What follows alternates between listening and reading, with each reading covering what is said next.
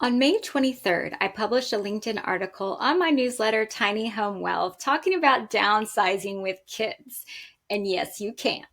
And I talked about this because this is a chapter happening in my life. And I think that there are great ways to do this, just looking for those blank page opportunities.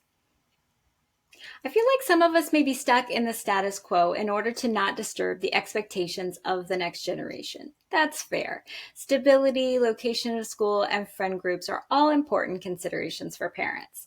I remember the repeated stories of how many times my dad had to move schools in the years while he was growing up. But there comes this moment when change is already in the works.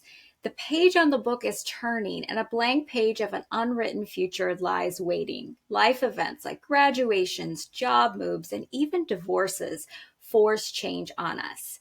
We may look at this blankness and see a moment in time when a lifestyle shift, like going tiny, would be less magnified.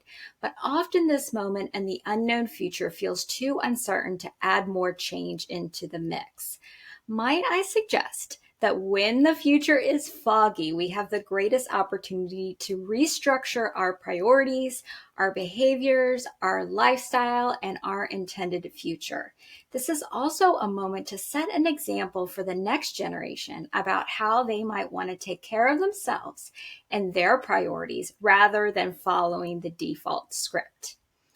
Maybe you're still far away from a natural segue. It seems like just yesterday that the young man in my family was just entering high school. It is never too early to start imagining a tiny pivot. The more time we have to plan, the better the results. The first step is knowing what you would want a next chapter to look like. So if you go to thetinyhouseadvisor.com, you can take my unconventional values quiz and find out more about what that might look like for you.